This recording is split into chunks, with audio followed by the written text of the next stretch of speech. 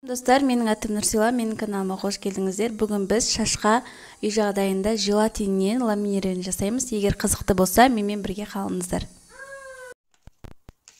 Бізге қажетті заттар: желатин, кез келген бальзам или маска. Желатиннен 1 қасық саламыз, үстіне 3 қасық жылы су құямыз. Және бальзамнан 2 қасық салсақ болады. Масканы 30-40 минут аралығында ұстап, шампунмен жуып тастаймыз. Барлығын водяной баняда бір консистенцияға айналдырамыз. Міне осындай болады. Масканы шашқа жақпас бұрын міндетті түрде шаш ылғал болу керек.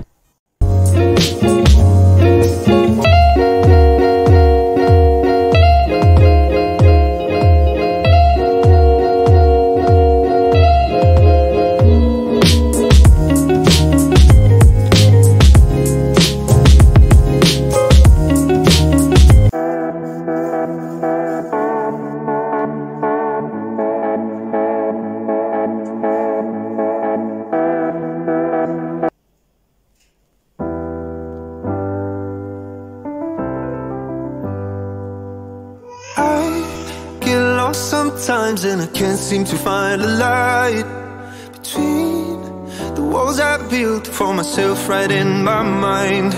And then you came over and you